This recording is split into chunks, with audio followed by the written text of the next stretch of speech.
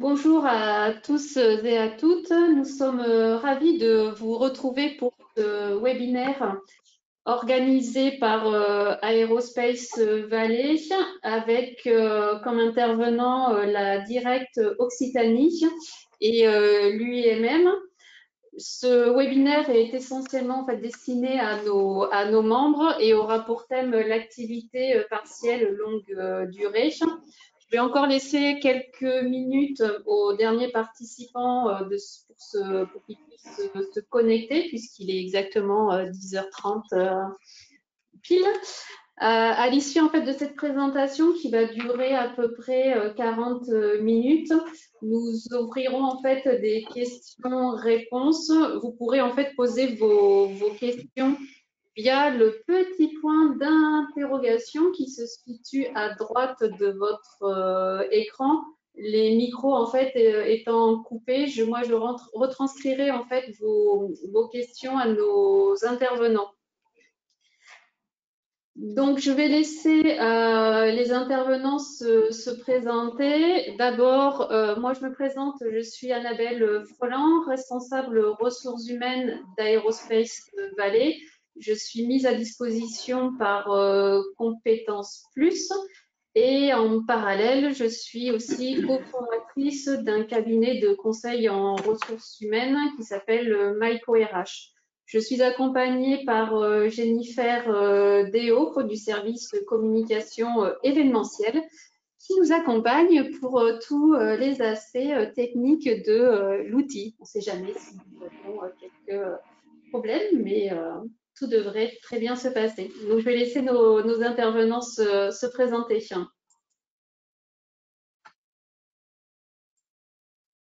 vous laisse la parole, Monsieur Alloy.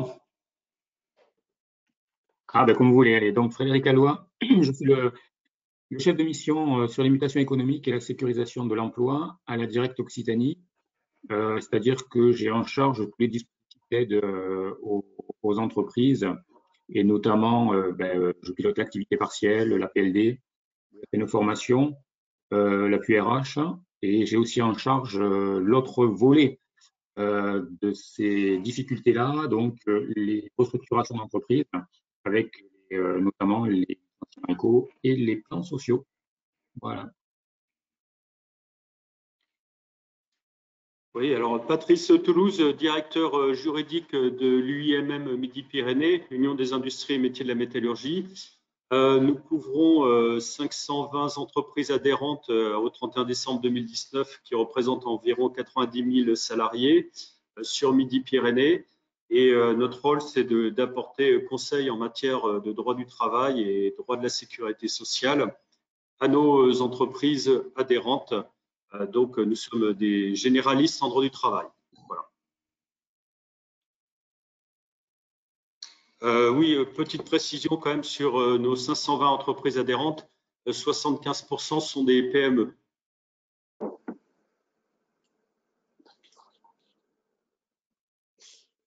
Voilà pour la présentation de nos intervenants. Donc, je vais laisser la parole à Monsieur Alloy qui va commencer cette présentation. Bon webinaire.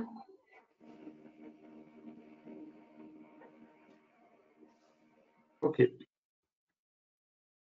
Donc, on va commencer, si vous pouvez. Donc, sur les principes généraux. Donc, j'espère que vous m'entendez bien. Depuis le 1er juillet 2020, on va partir de cette période-là. Il y a deux dispositifs d'activité partielle qui cohabitent. L'activité partielle de droit commun, je vais dire, qui existe depuis des années et qui a été revue au mois de mars lors de la crise sanitaire que nous connaissons et qui, au fil des mois, s'est adapté, je dirais, aux situations et aux difficultés que l'on a pu rencontrer. Donc, ce dispositif continue d'exister, devait être modifié au 1er novembre, mais les conditions de prise en charge au regard du deuxième confinement a été prolongé jusqu'au 31 décembre. Donc, voilà pour le droit commun. Toutes les conditions de prise en charge devraient changer à partir du 1er janvier 2021. L'autre dispositif donc, mis en place depuis le 1er juillet, c'est l'activité partielle de longue durée, ce qui est appelé ici l'activité réduite pardon, de maintien dans l'emploi. Donc, voilà, c'est un dispositif qui est temporaire, qui s'applique aux documents unilatéraux ou aux accords qui seront transmis à la directe avant le 31 juin 2022. C'est important, et qui a une application pouvant aller jusqu'à 36 mois. Donc, la fin du dispositif sera au 30 juin 2025, par conséquent.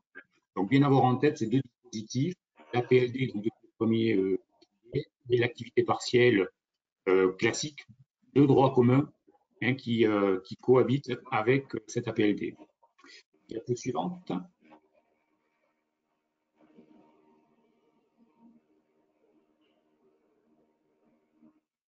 Voilà. Alors, ce dispositif d'APLD, il a vocation à soutenir les entreprises qui connaissent des difficultés durables, mais qui ne sont pas de nature à compromettre leur pérennité. Donc, on s'est bien rendu compte qu'avec la crise, certaines entreprises auraient du mal à repartir et connaîtraient des difficultés à moyen, voire à long terme, contrairement à l'activité partielle qui est vraiment dans le temps, limité dans le temps.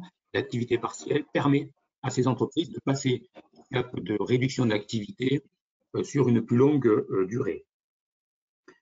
Donc, le dispositif permet aux entreprises qui sont confrontées à une réduction durable d'activité de diminuer l'horaire de travail. En contrepartie, on le verra, engagement en matière d'emploi et de formation professionnelle. Voilà, l'objectif étant d'assurer le maintien dans l'emploi des salariés dans ces entreprises concernées, des engagements de maintien dans l'emploi que l'on pourra voir ensuite. Donc, la création, c'est la loi du 17 juin 2020. Un décret a été pris ensuite pour détailler en fait l'APLD et toutes les conditions d'accès et d'application de ce dispositif. Et pour les entreprises qui n'ont pas la possibilité de passer par un accord, il y avait la possibilité d'avoir des accords de branche qui permettent ensuite aux entreprises de décliner par un document unilatéral. Et l'accord métallurgie donc, est passé le 30 20 et étendu par arrêté de la ministre le 25 août 2020. Donc, ce qui permet à toutes les entreprises du secteur de la métallurgie de pouvoir accéder à la PLD, soit par un accord d'entreprise, soit par un document unilatéral. Diapo suivante. Alors, on parle de réduction d'activité. Donc, l'employeur, dans le cadre de la PLD, peut réduire son horaire de travail de 40% maximum de la durée légale du travail.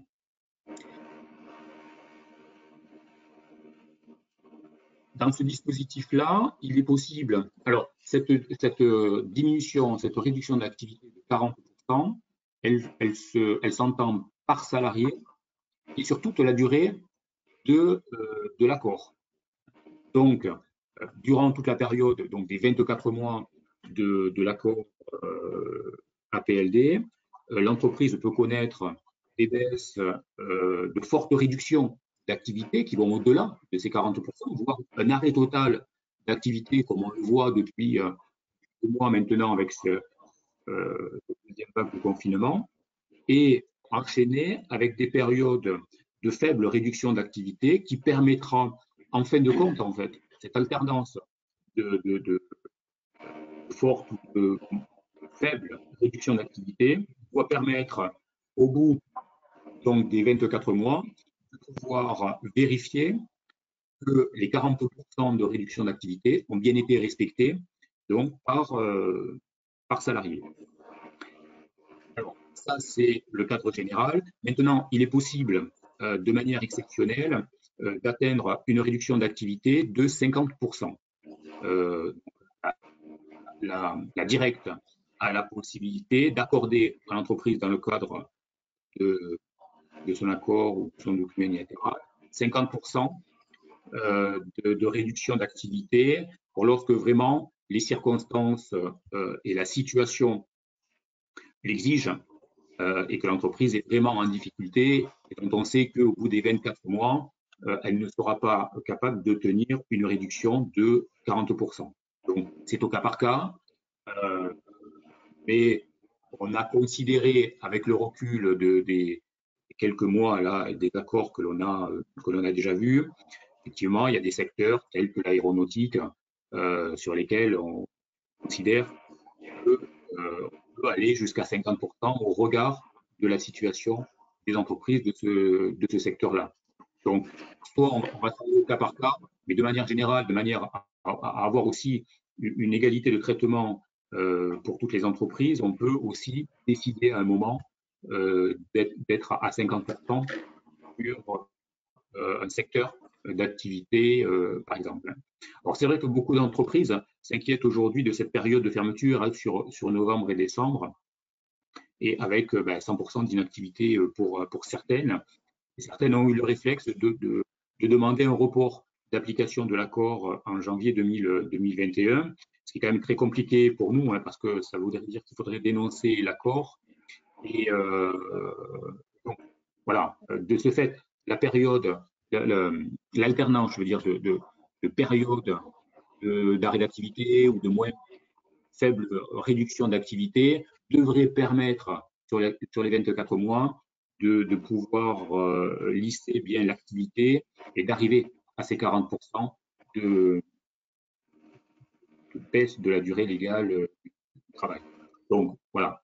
Il ne faut pas avoir d'inquiétude par rapport à ces 2 mois de perdu pour certaines entreprises. Voilà, l'objectif étant de pouvoir rattraper sur les 22 mois restants. Et là encore, on regardera au cas par cas les situations des entreprises. On peut passer.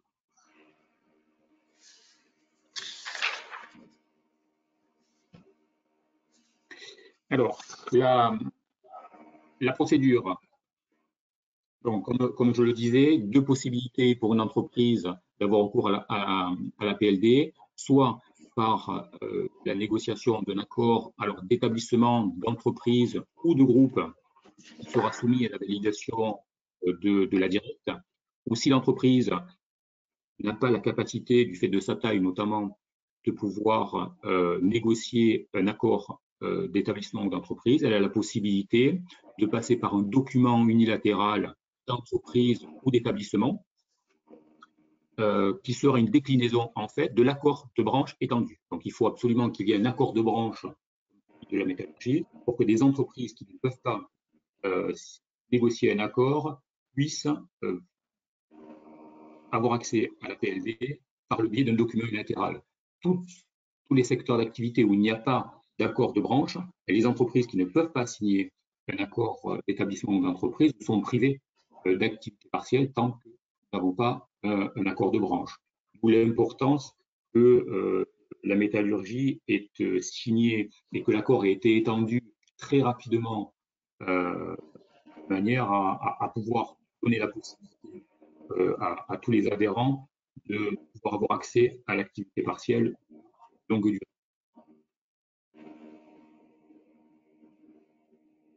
On passe. On rentrera dans le détail des accords et des documents bilatéraux après. Alors, comment ça se passe? L'activité partielle de longue durée, donc c'est 24 mois maximum sur une période de 36 mois. Donc, ça peut être 24 mois en continu ou en discontinu, souhaitant de respecter cette période de 36 mois. Par contre, en plus de l'accord APLD, il faut qu'il y ait une autorisation d'activité partielle, comme on la connaît aujourd'hui, sur l'activité partielle de droit commun.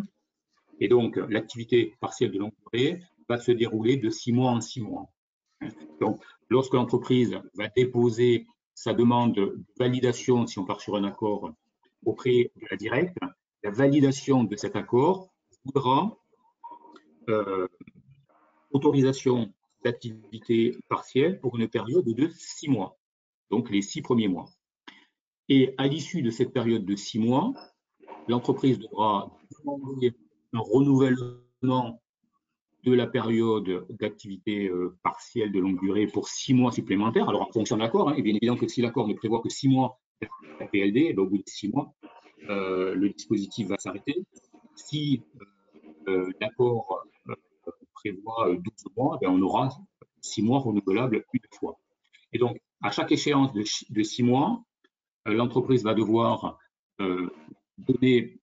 demander une nouvelle autorisation auprès de la directe en produisant un bilan notamment sur les engagements en matière d'emploi et de formation professionnelle et sur les modalités d'information des organisations syndicales et des instances représentatives du personnel sur le déroulé de ces premiers 6 mois d'application de l'accord. On le verra dans le contenu de l'accord. Il y a un diagnostic qui doit être fait en préavis de l'accord. Ce diagnostic devra être réactualisé puisqu'il présente la situation économique de l'entreprise et les perspectives sur la durée d'application de l'accord. Donc, ce diagnostic pourra être réactualisé. Et enfin, il faudra produire le PV de la dernière réunion du CSE, au cours de laquelle le CSE est informé de la mise en œuvre de l'activité partielle de longue durée. Donc, période de 6 mois, et tous les 6 mois, un bilan qui est produit par l'entreprise auprès de la directe à l'appui de cette demande de renouvellement. Ce qui nous permet surtout, à ce moment-là, de vérifier surtout les engagements en matière d'emploi, ne pas laisser l'entreprise aller au bout des 24 mois si elle n'a pas tenu cet engagement et être obligée au bout de 24 mois de demander à l'entreprise de rembourser, et on le verra, rembourser d'éventuelles aides qu'elle aurait reçues en cas de licenciement économique. Ces périodes de 6 mois. Alors, petite précision, puisqu'on en est là-dessus, juste, en cas d'accord dans l'entreprise, surtout du groupe, donc il y a une directe qui va valider l'accord de groupe, et ensuite, chaque entreprise devra demander l'activité partielle, donc la période de 6 mois, à la directe, à l'unité départementale de la directe, qui est concernée par le département où se trouve l'entreprise. On a une seule validation de l'accord, mais par contre, on a chaque directe, unité départementale, qui va valider la demande ou le renouvellement de la période d'activité partielle des 6 mois. On peut passer.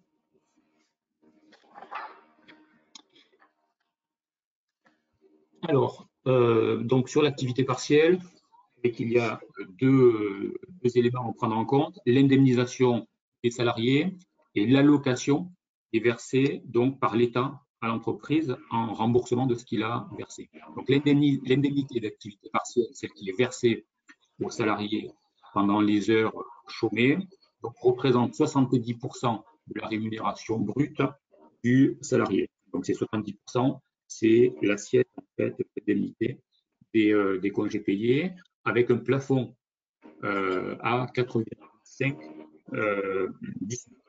Donc, le salarié, pendant les heures chômées dans le cadre de l'activité partielle de recevra 70% de sa rémunération horaire.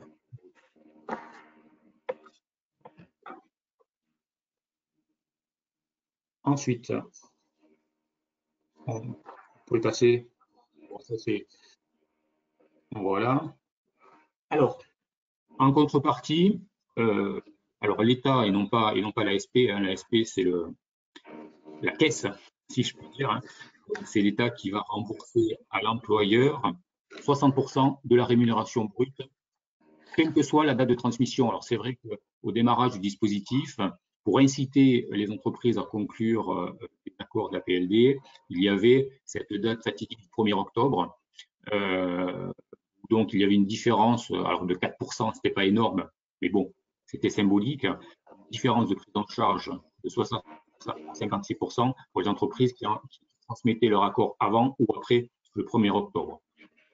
Cette différence a sauté, et donc, aujourd'hui, pour l'ensemble des entreprises, quelle que soit la date de transmission de l'accord, c'est 60% donc, qui est remboursé à l'employeur. Donc, une indemnité versée aux salariés de 70%, une allocation versée par l'État à l'employeur de 60%. Alors, là, il faut être prudent parce que, donc là encore, hein, c'est 60% de la rémunération horaire brute avec toujours le plafond de 4,5 SMIC et le taux horaire ne peut être inférieur à 7,23 € par heure chômée. Voilà. Alors, face à la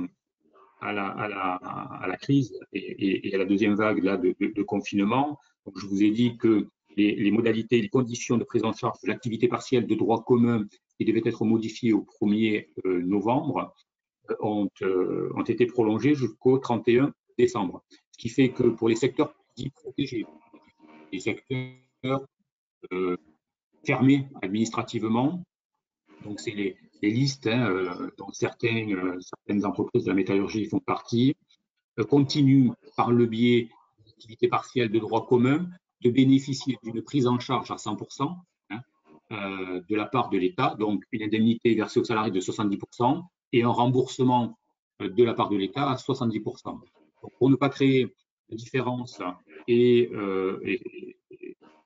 au niveau de l'APLD, hein, pour les accords qui auraient été mis en place, donc jusqu'à la fin de l'année, il est prévu d'aligner pour les secteurs protégés la même allocation de 70% pour la PLD comme pour l'activité partielle classique. Voilà, de manière à ne pas créer de différence, de défavoriser en fait les entreprises qui auraient signé un accord APLD. Donc voilà, pour les secteurs protégés, l'État 70% d'allocation qui est versée par l'État à l'employeur. Donc jusqu'au 31 décembre 2020 pour le moment. On peut passer ?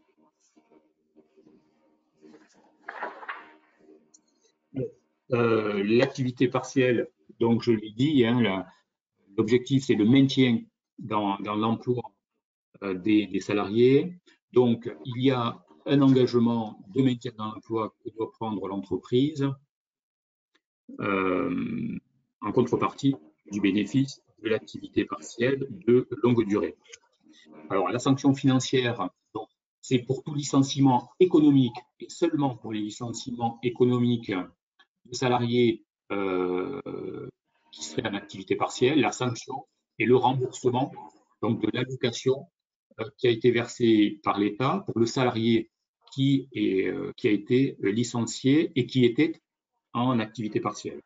Alors là, il est important de différencier le périmètre du maintien dans l'emploi. Dans le cadre de l'accord, l'entreprise va définir un périmètre d'engagement de maintien dans l'emploi, qui est au minimum, évidemment, les salariés qui sont en APLD. Par contre, si l'accord ne prévoit rien, l'engagement de maintien dans l'emploi va s'appliquer sur la totalité de l'entreprise, salariés en activité partielle et salariés hors activité partielle. Mais par contre, si, durant la durée de l'accord, l'entreprise est amenée à licencier un salarié qui n'est pas en activité partielle et à le licencier économiquement, elle devra quand même rembourser à proportion les aides que l'entreprise a touchées sur l'activité partielle. C'est-à-dire on va faire une proportion. Un salarié en activité partielle de longue durée pendant un mois a touché tant, et on va enlever pour le salarié qui a été licencié alors même qu'il n'était pas en activité partielle la même somme. Donc on va demander à l'entreprise de rembourser. Donc là, c'est si l'entreprise n'a pas défini un périmètre plus restreint que seul salarié en activité partielle. Donc ça, c'est important. Alors, il y a des garde-fous, évidemment, des amortisseurs. Le remboursement sera demandé, donc est à la main de la directe, hein, évidemment. Là encore, avec une étude au cas par cas de la situation de l'entreprise, puisque ce remboursement ne pourra être demandé s'il est incompatible avec la situation financière et économique de l'entreprise. L'objectif étant de ne pas mettre l'entreprise encore plus en difficulté que ce qu'elle serait. Et le remboursement, on va plus loin, donc dans une deuxième étape, c'est le remboursement n'est pas exigible si les perspectives d'activité se sont dégradées par rapport à celles prévues dans le préambule de l'accord collectif ou le document unilatéral. Donc ça, on va peut-être l'aborder plus tard, c'est si l'entreprise, notamment, est amenée à mettre en place un PSE pendant la durée de l'accord APLD.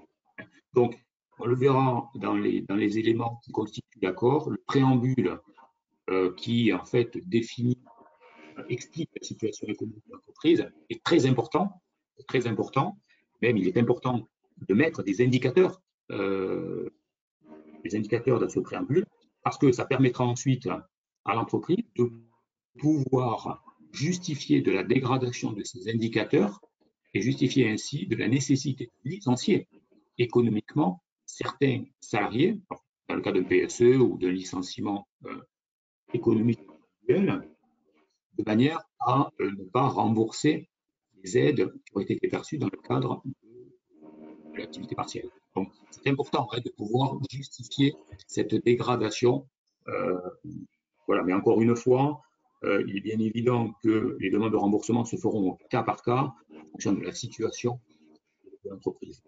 Ensuite, la directe a toujours la possibilité d'interrompre le versement de l'activité partielle dès lors qu'elle va constater que des engagements ne sont pas tenus, ne pas attendre la fin de la période et demander ensuite le remboursement, dès lors qu'on serait en capacité de connaître des non-engagements, on va suspendre, interrompre le versement de l'allocation et voir avec l'entreprise qu'elle justifie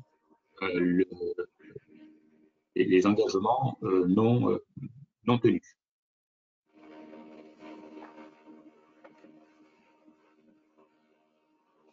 On peut passer. Donc, je l'ai dit, depuis le 1er juillet coexistent les deux dispositifs d'activité partielle de longue durée et d'activité partielle de droit commun, je dirais. Ces deux dispositifs peuvent être concomitants, peuvent être mis en œuvre dans une même entreprise, mais par contre, un même salarié ne peut pas être mis, évidemment, dans les deux dispositifs sur une même période. Donc, il n'est pas possible de recourir en fait concomitamment au dispositif d'APLD et d'activité partielle pour un motif de conjoncture économique. Lorsque vous avez un accord APLD, on considère que tout ce qui est économique rentre dans cet accord APLD. Par contre, ça peut être cumulé pour d'autres salariés qui ne seraient pas en activité partielle de longue durée, pour les autres motifs de recours à l'activité partielle de droit commun, qui sont listés dans le Code du travail, à savoir des difficultés d'approvisionnement, des sinistres ou des intempéries, les restructurations, les transformations, les travaux de modernisation de l'entreprise et ce qu'on appelle toute autre circonstance de caractère exceptionnel dont la crise Covid a intégré. Donc, un même salarié ne peut pas évidemment être, il n'y a aucun intérêt à ça, sur l'activité partielle de longue durée, mais par contre, on peut avoir ces deux dispositifs qui cohabitent au sein de l'entreprise, lors que l'activité partielle classique, droit commun, est mise en place pour un autre motif que la conjoncture économique, qui est exclusivement réservée à l'activité partielle de longue durée. Voilà sur cette présentation générale. Je vais laisser à M. Toulouse pour la suite. Oui, je vous remercie. Donc, je reprends la main parce que je vais aborder plus particulièrement ce que prévoit l'accord de branche métallurgie. Avant cela, sachez que pour l'APLD ou l'ARM ou l'allocation d'activité partielle spécifique, bon, vous avez vu, il y a des terminologies différentes, mais ça signifie la même chose. On nous dit qu'on applique les dispositions relatives à l'activité partielle de droit commun et notamment les dispositions exceptionnelles applicables jusqu'au 31 décembre 2020. Par contre, il y a 3 mesures qui sont exclues de l'activité partielle de longue durée par rapport à l'activité partielle de droit commun. Tout d'abord, dans le cas de l'activité partielle de longue durée, si des salariés bénéficient d'actions de formation alors qu'ils sont placés en activité partielle, ils n'auront pas une indemnisation à 100% de la rémunération nette. Ils resteront toujours à l'indemnisation à hauteur de 70% de la rémunération horaire brute, ce qui fait à peu près 84% du net. Deuxième point important également, vous savez comme nous que le principe de l'activité partielle, c'est que normalement c'est une mesure collective. Je m'explique, si par exemple vous avez prévu l'activité partielle longue durée dans une entreprise, vous avez 3 soudeurs, vous envisagez de faire 30 heures d'activité partielle, vous ne pouvez pas dire à un salarié, à un soudeur, vous faites les 30 heures et les 2 autres travaillent complètement. C'est-à-dire que normalement, chacun devra faire au moins 10 heures d'activité partielle. Alors, l'activité partielle de droit commun prévoyait néanmoins une dérogation à ce caractère collectif et donc une individualisation de l'activité partielle, y compris par catégorie professionnelle. Mais ça, ce n'est prévu que pour l'activité partielle de droit commun, en passant par le biais d'un accord d'entreprise majoritaire ou après avis conforme du CSE.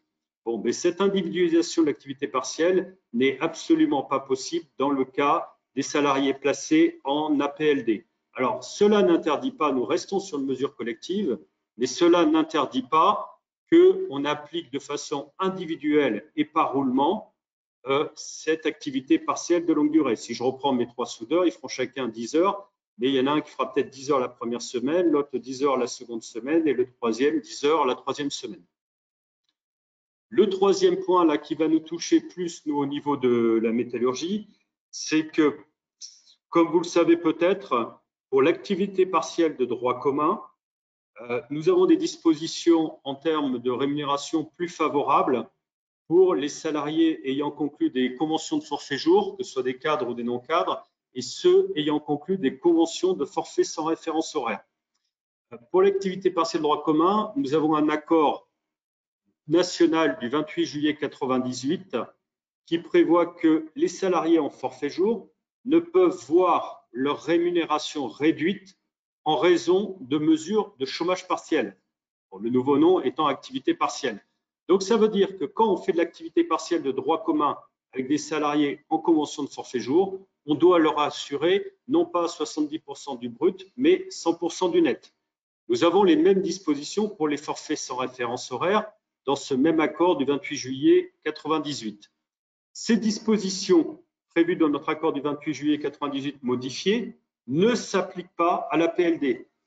Pour une simple et bonne raison, c'est que la loi du 17 juin 2020 qui a mis en œuvre l'activité partielle longue durée prévoit dans son article 53 grand 8 que les stipulations conventionnelles relatives à l'activité partielle conclues avant le 19 juin 2020 ne sont pas applicables à l'APLD.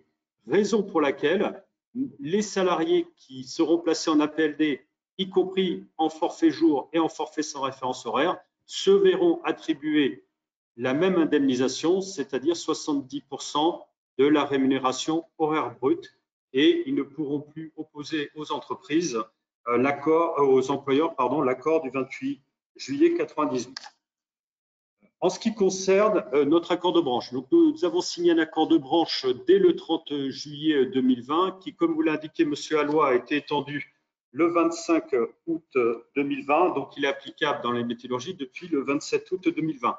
Pour rappel, l'accord de branche n'est que supplétif, c'est-à-dire que les entreprises qui souhaiteraient signer un accord à leur niveau peuvent signer un accord à leur niveau ou passer par le biais d'un document unilatéral à l'appui de notre accord de branche du 30 juillet 2020. L'APLD, effectivement, a été créée par la loi du 17 juin 2020. Je tiens à signaler quand même que l'UIMM, au niveau national, avait fait un manifeste le 18 mai 2020, manifeste co-signé par 3 organisations syndicales de salariés que sont FO, la CFDT et la CFE-CGC, qui avaient demandé par ce manifeste au gouvernement de mettre en place cette activité partielle de longue durée. On peut voir la diapositive. Merci.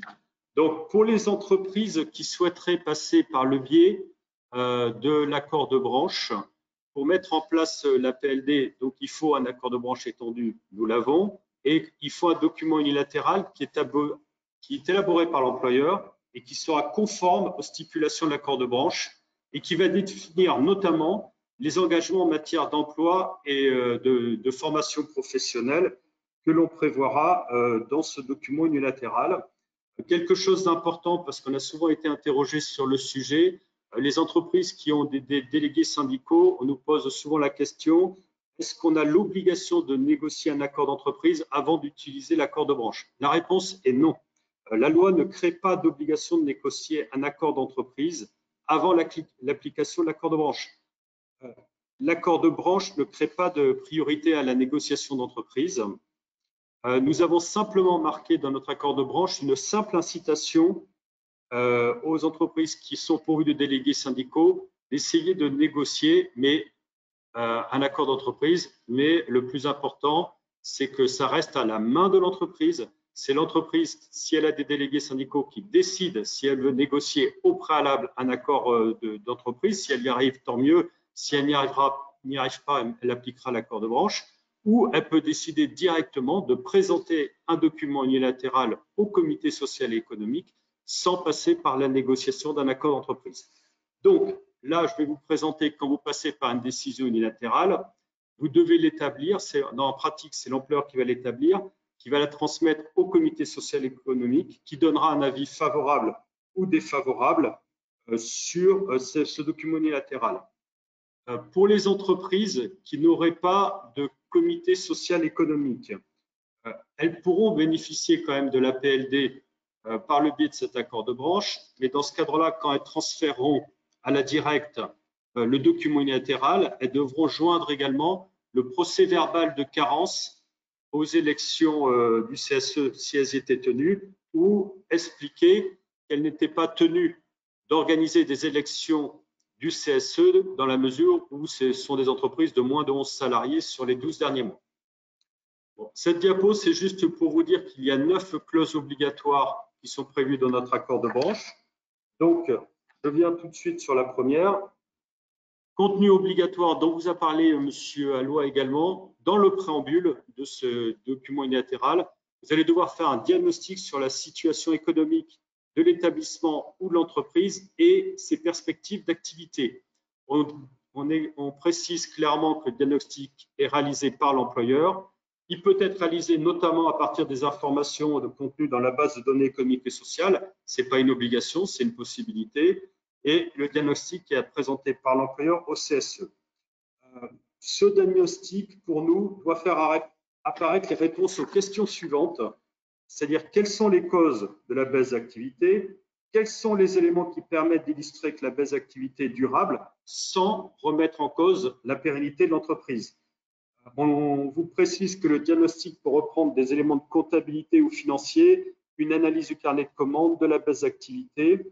On pense que pour une meilleure pertinence, vous avez intérêt d'analyser ces éléments isolément, activité par activité, et une comparaison avec des données chiffrées des années précédentes pourrait être intéressante et s'avérer utile.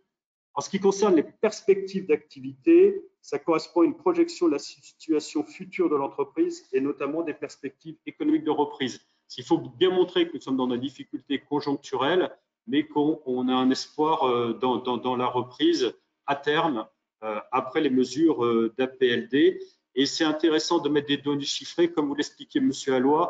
Si malheureusement vous aviez une dégradation par la suite de vos prévisions, vous pouvez vous appuyer sur ce document unilatéral, ce préambule auprès de la directe pour essayer de ne pas avoir à rembourser les allocations versées par l'État si jamais vous étiez malheureusement contraint de vous séparer pour motif économique de salariés placés en APLD.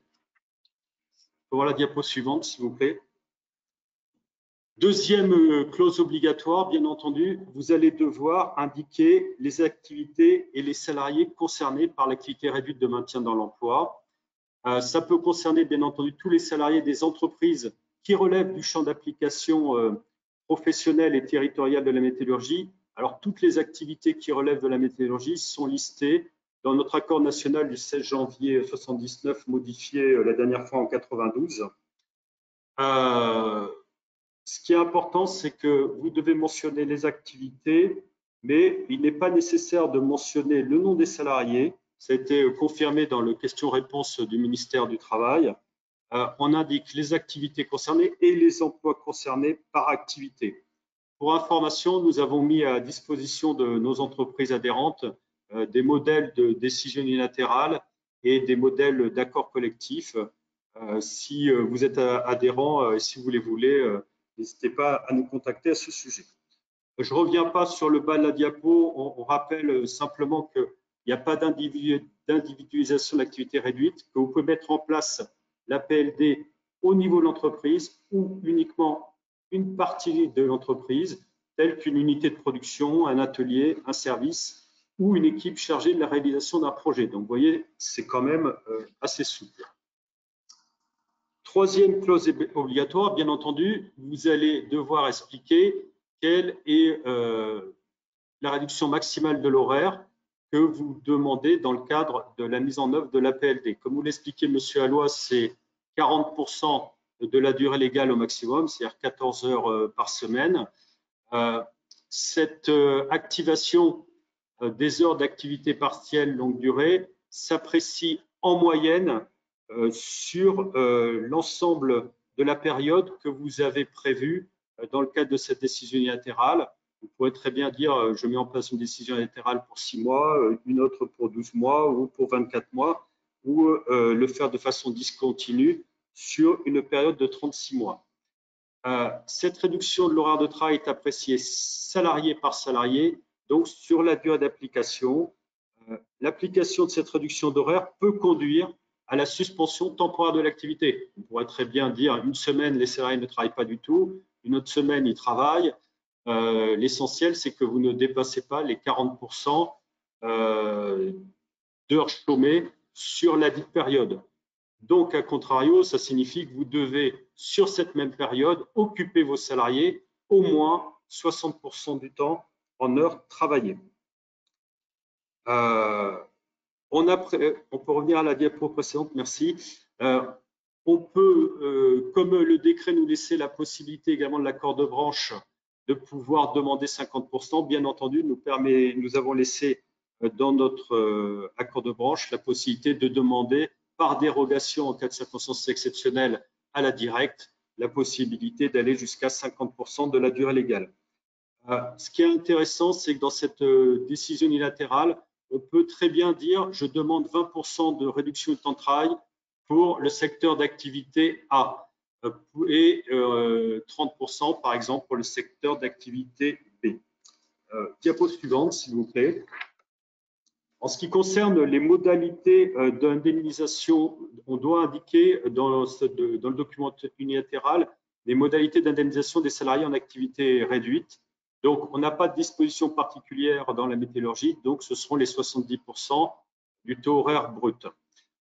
On nous dit dans l'accord de branche que si les conditions économiques et financières de l'entreprise le permettent, l'employeur peut examiner la possibilité d'une meilleure indemnisation des salariés. Aucun caractère obligatoire.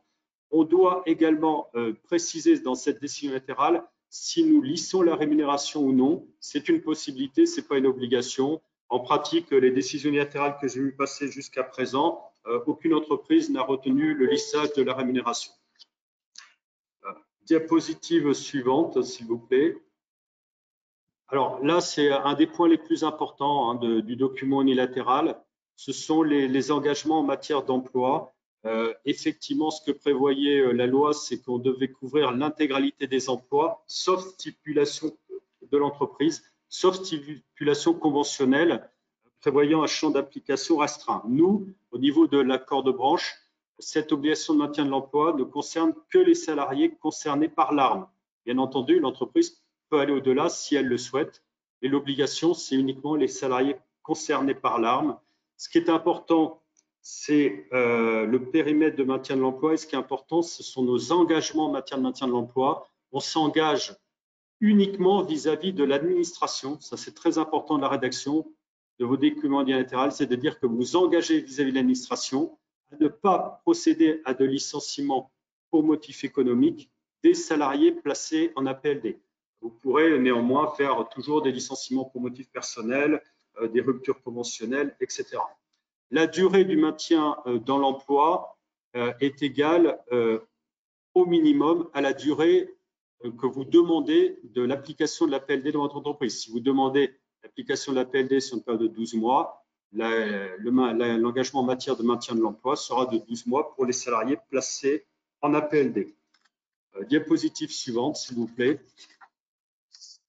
Pour ce qui est, ce document unilatéral devra comprendre également des engagements en matière de formation professionnelle. Il faut savoir que les textes n'imposent pas que ces engagements concernent l'ensemble des salariés placés en APLD. Donc, c'est à l'entreprise de dire quel pourcentage des salariés elle va placer en formation, quel dispositif de formation elle va mettre en œuvre. L'objectif, c'est effectivement développer les compétences des salariés pendant les périodes où ils sont placés en activité partielle et pour être, comment dire, prêts lors de la reprise d'activité. Bon, vous pouvez faire des actions de formation, de VAE, des actions certifiantes. Ce peut être un abonnement du CPF. Par exemple, j'ai vu une entreprise dernièrement qui prévoyait un abonnement du CPF de 500 € par salarié dans la limite de 15 000 €. Ce qui est important, c'est que les engagements de l'employeur ne sont pas encadrés à ce jour par les dispositions légales et réglementaires. Donc, les engagements peuvent être librement définis et il n'est pas exigé que l'employeur soit le financeur exclusif des formations réalisées. Donc, je vous laisserai lire le contenu de cette diapositive tranquillement. Si on peut passer à la diapo suivante. Merci. Donc, autre clause obligatoire, bien entendu, qui est importante. Il faut indiquer le date de début et la durée d'application de l'activité réduite. Donc, c'est vraiment souple. Hein. Ça peut être 6 mois, 12 mois, 24 mois, continu ou non, sur une période de 36 mois. Notre accord de branche est un accord à durée déterminée qui prendra fin au terme de son échéance au 30 juin 2025. Pourquoi nous avons mis le 30 juin 2025? C'est que effectivement, ces demandes d'activité partielle longue durée peuvent être demandées auprès de la directe dès maintenant et ce jusqu'au 30 juin 2022. Donc, si théoriquement une entreprise ne faisait une demande qu'au 30 juin 2022, pour qu'elle puisse bénéficier d'une période de 36 mois, on a prévu une échéance de notre accord de branche au 30 juin 2025. La mise en œuvre du dispositif, par exemple, si vous pourriez éventuellement dire je veux mettre en place le dispositif au 1er décembre et transmettre la demande d'homologation à l'administration le 15 décembre. Ça, c'est possible, mais on ne vous le conseille pas parce que si jamais vous aviez un refus de la directe, là, si vous avez placé des salariés au préalable en activité partielle, vous devrez les indemniser à 100% et la rémunération qui leur sera versée redevient du salaire et non plus un revenu de remplacement. Donc, durée de 24 mois consécutifs ou non par période de 6 mois sur une période de 36 mois consécutifs. Voilà pour ce qui concerne date de début et durée d'application de l'activité réduite. 8e clause, diapo suivante, s'il vous plaît. 8e clause obligatoire.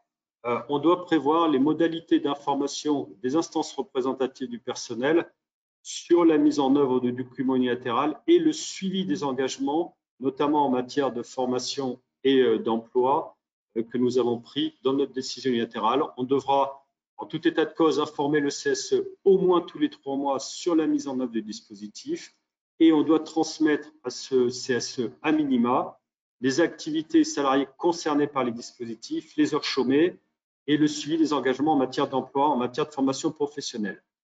Petite spécificité, pour les entreprises qui mettent en œuvre l'APLD par le biais d'un document unilatéral sur le fondement de notre accord de branche, vous devez informer les commissions paritaires régionales de l'emploi de ce document unilatéral. Donc, à titre d'information pour nous sur Midi-Pyrénées, il faut l'envoyer à l'attention de la CPREFP à l'adresse de l'UIMM Midi-Pyrénées, 11 boulevard des Récollets à Toulouse.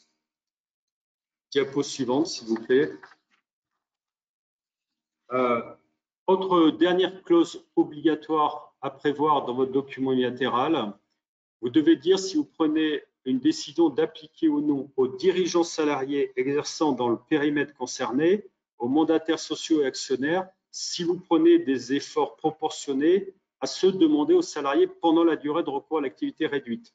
Vous devez indiquer votre décision, c'est-à-dire vous n'avez pas d'obligation de prendre des mesures, des efforts proportionnés, mais vous devez indiquer quelque chose dans ce document littéral, soit vous le faites, et si vous le faites, quelles mesures vous mettez en œuvre, soit vous expliquez que vous indiquez que vous ne le mettez pas. Par exemple, dans notre modèle de document unilatéral, on a mis « Il a été décidé de ne pas appliquer aux dirigeants salariés, aux mandataires sociaux et aux actionnaires d'efforts proportionnés à ceux demandés aux salariés pendant la durée du recours au dispositif. » Il faut montrer que vous vous êtes posé la question, c'est ça qui est important. Donc, le CSE vous donnera un avis sur ce document unilatéral. Cet avis favorable ou défavorable, il n'y a pas de droit de veto du comité social économique. Diapo suivante, s'il vous plaît. Donc, une fois que vous avez fait ce document unilatéral et que vous avez consulté le CSE, vous transmettez ce document à la directe ainsi que le PV de la réunion. Et là, la directe a un délai d'homologation fixé à 21 jours calendaire à compter de la réception du document pour vous dire si elle homologue ou non votre document unilatéral. Ça peut être une décision express ou tacite, c'est-à-dire si vous n'avez pas de réponse au terme des 21 jours, cela vaut homologation tacite. La demande se fait par voie dématérialisée. Il y a un site qui s'appelle activitépartielle.emploi.gouv.fr. Il faut aller dans l'onglet « Activité partielle de longue durée ». L'administration va examiner 4 points dans ce document unilatéral. Elle va examiner la régularité de la procédure de consultation du CSE, la présence de l'ensemble des mentions obligatoires, la conformité des stipulations du document avec les dispositions de l'accord de branche et enfin, elle vérifiera la présence d'engagements spécifiques en matière d'emploi.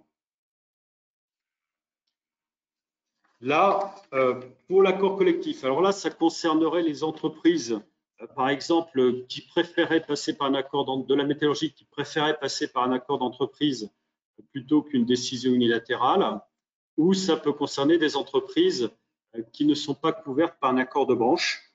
Rappel, il est possible de conclure des accords d'entreprise, bon, bien entendu avec des délégués syndicaux, mais également dans les entreprises dépourvues de délégués syndicaux. Bon, je ne vais pas rentrer dans le détail parce que ça dépend si vous êtes moins de 50, plus de 50, si vous avez CSE ou pas de CSE. Il y a des dispositions spécifiques aux entreprises de 11 à 20 sans CSE, les moins de 11. Pour elles, c'est une ratification aux 2 tiers. Et il y a plein de dispositifs. Bon, si vous avez besoin, on se tiendra à votre disposition pour rentrer dans le détail de ces conclusions d'accord dans les entreprises dépourvues de DS. Étant un peu pris par le temps, je ne peux pas rentrer dans le détail de ces explications. Diapo suivante, s'il vous plaît. Donc là, c'est un rappel des clauses obligatoires si vous voulez passer par le biais d'un accord collectif d'établissement, d'entreprise ou de groupe. Vous avez toujours ce fameux diagnostic sur la situation économique de l'établissement, de l'entreprise. Vous devez indiquer la durée d'application de l'accord, toujours ces mêmes durées. Hein, ça peut être par tranche de 6 mois, ça peut être sur 12 mois, 24 mois, continu ou discontinu sur une période de 36 mois. Le champ d'application de l'accord, bien entendu, quelles sont les activités et les salariés concernés. Ce sont les mêmes éléments qu'on a vus pour la DU. Les réductions de l'horaire de travail pouvant donner lieu à indemnisation, pareil, même chose que pour la DU. Si vous demandez 40% ou 50% à titre exceptionnel pour certaines activités ou moins pour d'autres activités. Quelque chose d'important, avant la signature de cet accord, vous n'avez pas d'obligation de consulter le CSE avant la signature de l'accord collectif. Ça, ce sont les mesures issues de la loi Rebsamen de 2015. C'est le droit commun. Diapositive suivante, s'il vous plaît. Vous devez, parmi ces clauses obligatoires, prévoir des engagements en termes d'emploi. La même chose que pour la DU. À défaut de stipulation contraire, ces engagements en termes d'emploi portent sur l'intégralité d'emploi de l'entreprise, sauf voyez un champ d'application plus restreint, qui serait par exemple, comme pour nous sur l'accord de branche, de ne maintenir dans l'emploi que les salariés placés en APLD cet engagement ne valant que pour ne pas les licencier pour motif économique. Il faut prévoir des engagements en termes de formation professionnelle et également les modalités d'information des organisations syndicales représentatives, des salariés signataires et sur la mise en œuvre de l'accord. Et cette information a lieu tous les 3 mois. Diapositive suivante, s'il vous plaît. Ça, ce sont des clauses facultatives. Vous voyez notamment pour les efforts proportionnés des dirigeants salariés, des mandataires, etc. Pour notre document unilatéral, c'est une clause obligatoire. Si vous passez par le biais d'un accord d'entreprise, ce n'est plus une clause obligatoire. Vous n'êtes même pas à le signaler dans votre accord. Bon, après, contenu facultatif, on peut prévoir les conditions de mobilisation des congés payés des salariés et du compte personnel de formation préalablement à la mise en œuvre du dispositif et les moyens de suivi de l'accord par les organisations syndicales. Ça, c'est facultatif. Diapositive suivante, s'il vous plaît. Là, contrairement à l'ADU, le délai de validation est plus court. La directe dispose d'un délai de 15 jours calendaires à compter de la réception de l'accord collectif pour examiner votre accord et elle vous donnera également soit une décision express de validation ou une délai ou tacite si elle ne vous donne pas de réponse pendant l'issue des 15 jours. Cela vaut validation tacite. Et pour les accords collectifs, l'administration examine premièrement les conditions de validité de l'accord, deuxièmement la régularité de la procédure de négociation, troisièmement la présence de l'ensemble des mentions obligatoires. Diapo suivante et dernière, s'il vous plaît. Bon, là, c'est juste pour vous rappeler que ce qui se passe en termes d'indemnisation, d'allocation versée à l'employeur dans le cadre du dispositif de droit commun ou dans le cadre de la PLD. Bon, ce qui est important pour la PLD, c'est qu'on reste toujours une indemnité d'activité partielle de 70% du taux horaire brut pour les salariés, avec une allocation prise en charge à 60% de ces 70% par l'État. Vous voyez que ce qui est prévu pour le dispositif d'activité partielle de droit commun, notamment au 1er janvier 2021, c'est que pour l'activité partielle de droit commun, l'indemnisation versée aux salariés va être réduite à 60% de la rémunération, donc 72% du net à peu près, et l'allocation versée à l'entreprise ne sera plus que 36% de ces 60%. Il est important de voir effectivement, de réfléchir au niveau des entreprises la mise en œuvre de cette activité partielle de longue durée, sachant que n'oubliez pas que vous devez, pour ces salariés placés en APLD, pouvoir leur assurer au moins 60% d'heures travaillées sur la période. Voilà, merci pour cette présentation. J'en ai terminé avec le diaporama. Je vous redonne la parole pour les questions-réponses. Oui, merci Alva et Toulouse. Donc, voici les premières questions. Donc, quelle est la procédure à suivre pour augmenter le quota de 40 à 50% d'heures pour en fait une entreprise du secteur aéronautique?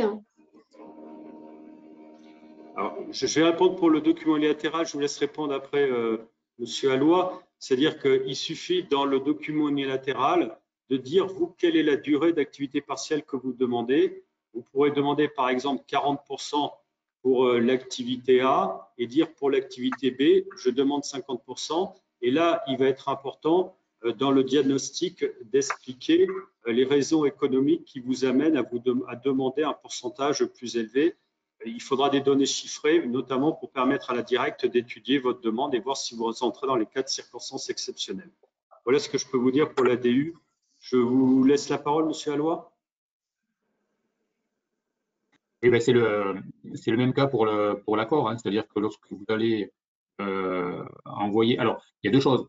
Prendre contact avec la directe pour s'assurer que vous puissiez, en expliquant pourquoi avoir accès à ces 50%, pour pouvoir ensuite le mettre dans les négociations et avec les organisations syndicales et ensuite l'insérer dans l'accord, hein, sans risquer d'avoir un refus de votre accord auprès de la directe si vous avez pris la peine de s'assurer que c'est quelque chose qui sera accepté. Donc, vaut mieux prendre la tâche de l'unité départementale de la directe qui est concernée et pouvoir en discuter. Mais voilà, il suffit de justifier la situation, comme le disait M. Toupin, la situation avec des chiffres à l'appui, des difficultés que traverse l'entreprise. Et voilà, hein, pour l'instant, on n'a pas eu l'occasion de refuser des charges à 50%. Et encore une fois, pour des entreprises, vous parlez de l'aéronautique, pour des entreprises qui relèvent de l'aéronautique, par exemple, on est d'accord qu'on regarde cette demande avec bienveillance. Voilà.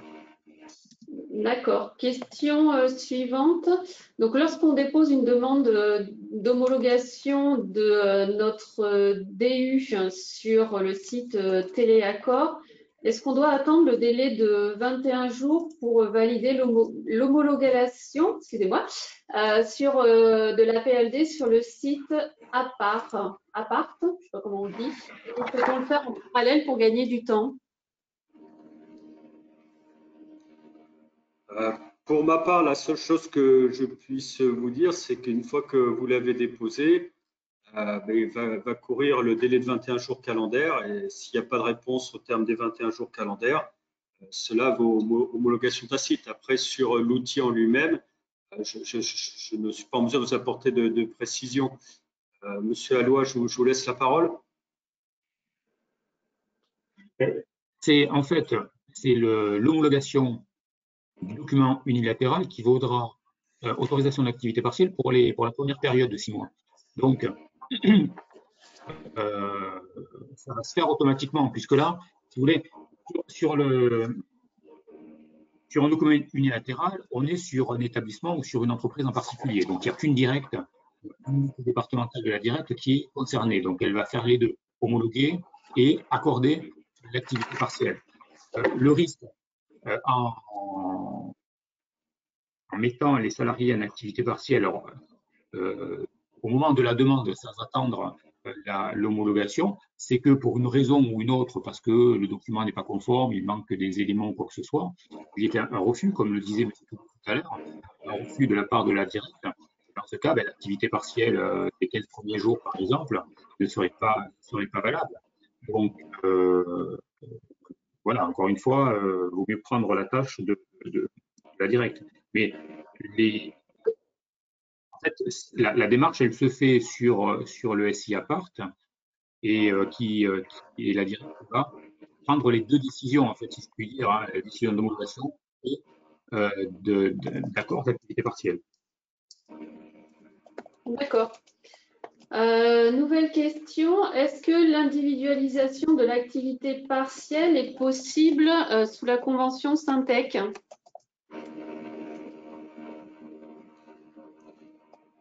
La seule chose que je puisse dire, bon, je ne connais pas la convention Syntec, mais c'est un décret qui a prévu la possibilité d'individualiser l'activité partielle de droit commun en passant par le biais d'un accord d'entreprise ou par un avis favorable du CSE avec tout un tas de clauses obligatoires à soumettre à consultation du CSE.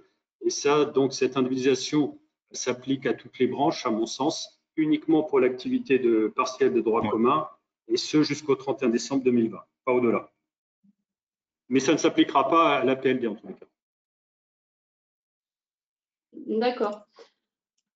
Toujours, en fait, concernant l'individualisation de l'activité partielle, la question suivante, c'est si on reprend votre exemple, en fait, des 3 soudeurs, qu'en est-il si l'un est beaucoup plus expérimenté et qu'il est mobilisé sur plus de projets qu'un débutant? Ah, là c'est un peu compliqué. En fait, on raisonne par emploi, par catégorie professionnelle. Donc le tout est de savoir si les personnes occupent le même emploi. Mais si elles occupent le même emploi, on devra rester quand même sur une mesure collective dans le cadre de la PLD. Donc là, ce sont des problèmes qui peuvent toucher peut-être plus particulièrement à la classification. Et ça, c'est un peu compliqué de vous expliquer ça. Parce que on peut voir dans les entreprises des salariés qui ont les mêmes appellations d'emploi, mais au regard des critères classants, elles ne tiennent pas forcément le même emploi. Donc là, il faut d'abord regarder si ce sont vraiment les mêmes emplois qui sont cotés au même niveau. Si ce sont des emplois de cotés au même niveau, on reste sur une mesure collective. Si ce sont des emplois qui ne sont pas cotés au même niveau, comment dire, là, on pourra faire différemment. N'oubliez pas également que quand vous demandez la PLD, vous pouvez le faire par projet. Donc, on peut avoir des salariés qui sont affectés à un projet et d'autres non. Donc, ce n'est pas une individualisation, mais ça permet d'affecter à la PLD que les salariés qui sont soumis à ce projet-là. D'accord. Que se passe-t-il si les entreprises n'ont plus en fait de CSE? Doivent-elles procéder à de nouvelles élections pour faire la demande d'APLD? Vous voulez répondre, Monsieur Alloy, ou je réponds? Non, allez-y. Bon, ben, si l'entreprise n'a plus de CSE, ben, effectivement, si vous passez par la décision unilatérale, vous n'allez pas pouvoir présenter l'avis du CSE et il n'y aura pas de PV de carence puisque vous avez fait les élections, mais je présume qu'on part sur l'hypothèse où tous les titulaires et suppléants ont démissionné, par exemple. Et dans ce cadre-là, il conviendra effectivement, à mon sens, si vous êtes une entreprise d'au moins 11 salariés, il conviendra de refaire les élections professionnelles pour consulter le CSE pour l'application du document unilatéral avant de le transmettre à la directe. D'accord. Et durant l'activité réduite, est-ce que les salariés peuvent travailler pour un autre employeur? Alors, deux choses. D'abord, il faut vérifier si dans le contrat de travail de ces salariés, il y a des clauses d'exclusivité de service.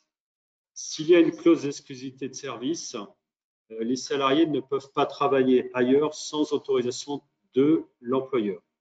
En l'absence de clause d'exclusivité de service, les salariés peuvent travailler ailleurs, mais ils sont tenus par une obligation de loyauté et de non-concurrence envers leur employeur. C'est-à-dire qu'ils ne peuvent pas aller travailler notamment à la concurrence, sinon ils s'exposeraient à des sanctions pouvant aller jusqu'à la rupture du contrat de travail. Donc, s'il n'y a pas de clause d'exclusivité de service et si c'est une activité qui ne fait pas concurrence à l'entreprise qui les emploie et si ça ne met pas à mal l'obligation de loyauté, ils peuvent travailler ailleurs avec le bémol suivant. Il ne faut pas oublier qu'ils sont en suspension du contrat de travail, ils sont toujours les salariés de l'entreprise et quand l'entreprise a besoin de les rappeler, ils doivent être disponibles le plus rapidement possible pour faire face au carnet de commandes de l'entreprise. D'accord. Et une autre question, est-il possible d'articuler avec l'APLD les dispositifs du FNE formation? Oui, bien sûr. Le FNE formation, il s'applique sur l'activité partielle de droit commun et sur l'APLD. La seule différence, c'est que depuis le 1er novembre, on a un taux de prise en charge différent, donc qui est de 70% pour l'activité partielle et de 80% pour l'activité partielle de longue durée, alors qu'il était à 100% avant le 1er novembre. Mais les salariés en activité partielle de longue durée peuvent bénéficier du FNE formation à les mêmes conditions. D'accord. Et par rapport à toujours au dispositif APLD, est-ce que c'est possible aussi de l'articuler dans le cadre d'un plan de sauvegarde de l'emploi? Alors ça, oui, c'est possible. La négociation d'un PSE et d'un accord d'APLD de manière concomitante, c'est tout à fait possible. Alors, c'est des situations qui sont un peu particulière et assez compliquée dans la mesure où, encore une fois, l'objectif de la PLD, c'est le maintien dans l'emploi. Donc, par conséquent, l'objectif, c'est pas de licencier les salariés. Et que, on l'a dit, ce n'est qu'en cas de licenciement économique, donc pour certaines dans le cadre d'un PSE, qu'il y a l'obligation de remboursement des allocations perçues. Pardon. Donc, effectivement, c'est possible, suivant la situation de l'entreprise. On ne peut pas empêcher une entreprise d'établir un PSE. Elle le fait pas. Si elle le fait, c'est que la situation s'est dégradée. Très souvent, on le voit, la PLD permet de limiter le nombre des licenciements.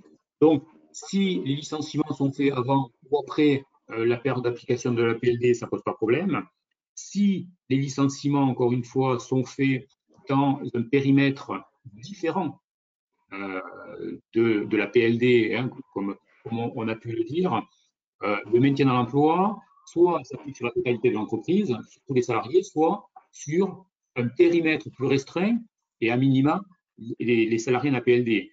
Si ces salariés en APLD sont préservés et que le PSE va s'appliquer pour différentes raisons, parce que ce n'est pas le même atelier, parce que ce n'est pas le même établissement, etc., à d'autres salariés, il n'y aura pas de demande de remboursement.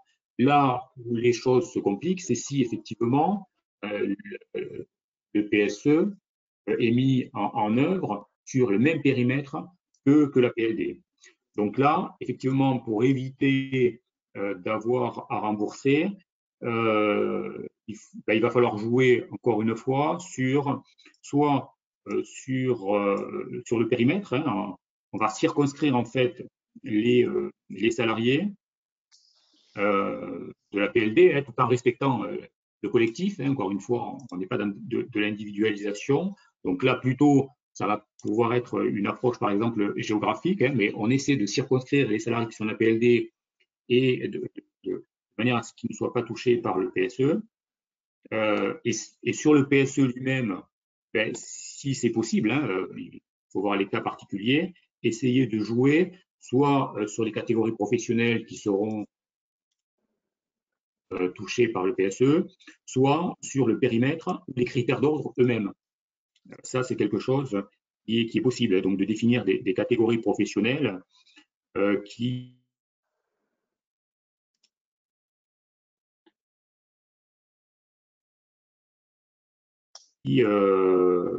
excluent en fait des unités de travail qui seraient par exemple en APLD. Donc, c'est là géographique, soit sur des catégories professionnelles, de manière encore une fois à ne pas toucher les salariés en activité partielle de longue durée.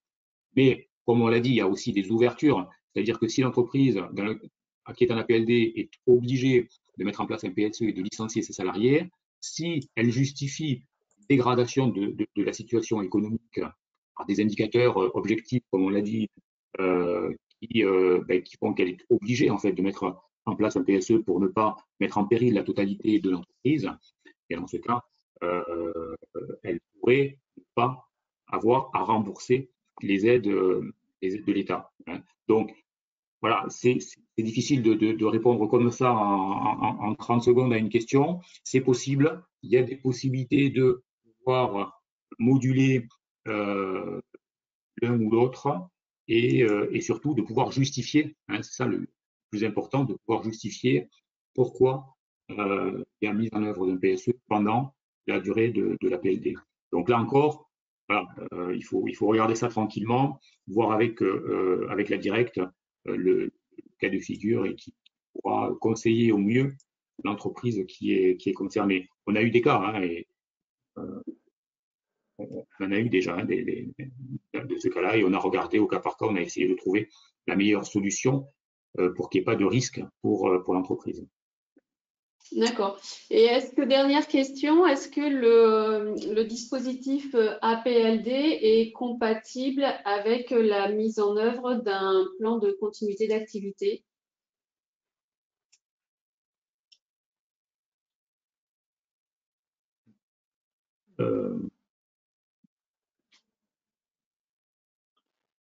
C'est quoi un plan de continuité d'activité? C'est les...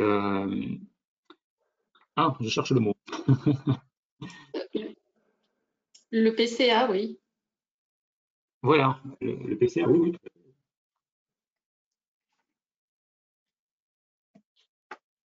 Oui, c'est compatible. D'accord. Oui, c'est compatible. D'accord.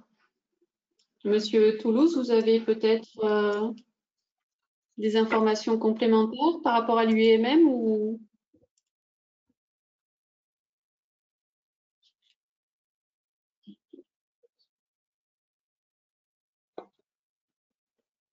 Allô, oui, Monsieur perdu. Toulouse, excusez-moi, j'ai une coupure réseau, je viens juste de me raccrocher au système. D'accord. Est-ce que du coup vous aviez entendu la question par rapport en fait au dispositif APLD et plan de continuité d'activité? Non, j'ai pas entendu la question.